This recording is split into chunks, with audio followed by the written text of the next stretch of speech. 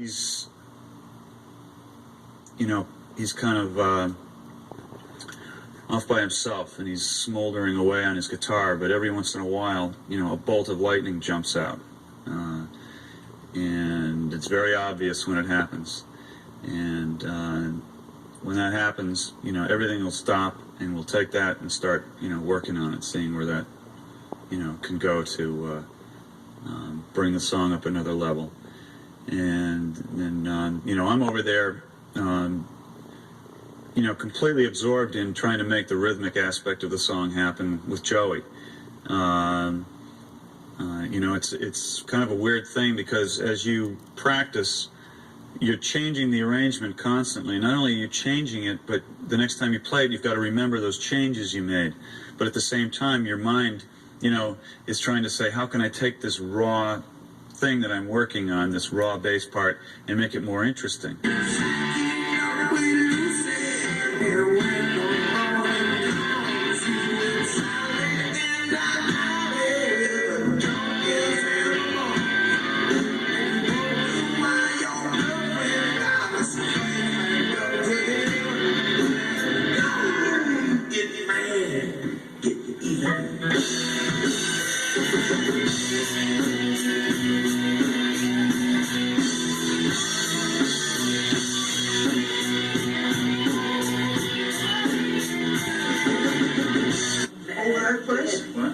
Yeah, so we get the title coming back, and you can do those stats, just play it into that.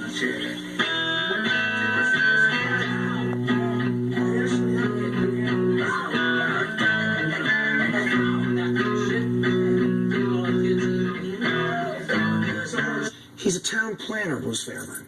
He's the one that says, no, move that bridge. It's no good there. We should put a tunnel there, move the bridge, and that way we can get this point A to point B. He's a town planner, so when I walk in with all my scatterbrain stuff and Brad's got a song, he puts it in his place. He goes, no, go to there, go to here, go to there, and I go, no, Bruce, fuck you. He says, well, why do you feel that way? And we talk it out. It's just another wall to bounce off of, The chorus, we just pay off and come in like gangbusters. Now it floats, and then just when you start to get a hold of it, it floats away on it, and it's gone. And it's okay to do that the first time the chorus comes up, because you're teasing a little bit, and you want it. You want next time it comes up, you think, yeah, here it comes, here it comes, here it comes. What he does is he's very objective about the songs, and he isn't as emotionally attached to them as we are. So it's a lot easier for him to come in and cut and maim and say this doesn't work, this is terrible, or this is great, or and. By the end of the album, I usually hate him, because he's so,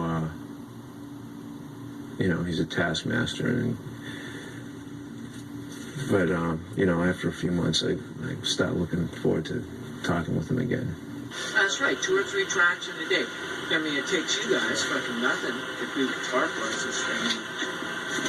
That's great. Steve's real quick on vocals. I'd rather use the time up front here to see if another hit hits the table, or another gem comes in writing. Bruce Fairburn very much is listening for those musical elements that stand out immediately, strong statements. I mean, the generic industry term is hooks. When somebody came to me once and said, you've got a lot of hooks in your music, I knew what they meant, but I was surprised. Because I just thought, a hook, that's a cool riff, or that's a really, that's just a really cool part. I really like this part here. That somebody else might call it a hook. Fine. But if you're going to make a living doing this, I suppose they better be in there. Then we took it to Vancouver and spent about 3 weeks doing kind of pre-production, actually rehearsing for, like getting the songs down. So we're playing them live. And then we did kind of like a demo tape thing when we put 19 songs on 24 track, just to see how they sounded and play them for John Kolodner. And so we could get an idea of where the album was going and if we really needed anything else, if we had all the elements. And then we started recording in earnest. And most of those demo tapes ended up being the bed tracks for the songs. So consequently, when we were doing the album, when we were finishing up the album, when we went online in Vancouver, we had an A-list and a B-list. Okay, the A-list had Love in an Elevator, big hit, right? Hey, it's finished, it's happening. What It Takes, big hit.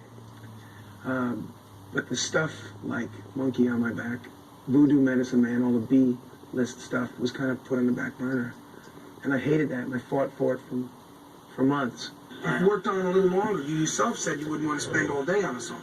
No, So if we don't get a song that just happens to be a little hard, like, you know, hey, whatever. I'm the Walrus by the Beatles took a long time to do. but also if it was the song approached is like gonna be this, too hard. it'd have been put in the back burner. That's all. You can't dismiss that. Is that totally not true? I mean, I'd have passed on for two of these. Yeah, in At that the studio, we'd have never wound up doing Sniffing, never wound up doing Monkey on My Back if I didn't go, Jesus. You know, just that little bit of nuts. I don't want to sway anybody. That's how I feel.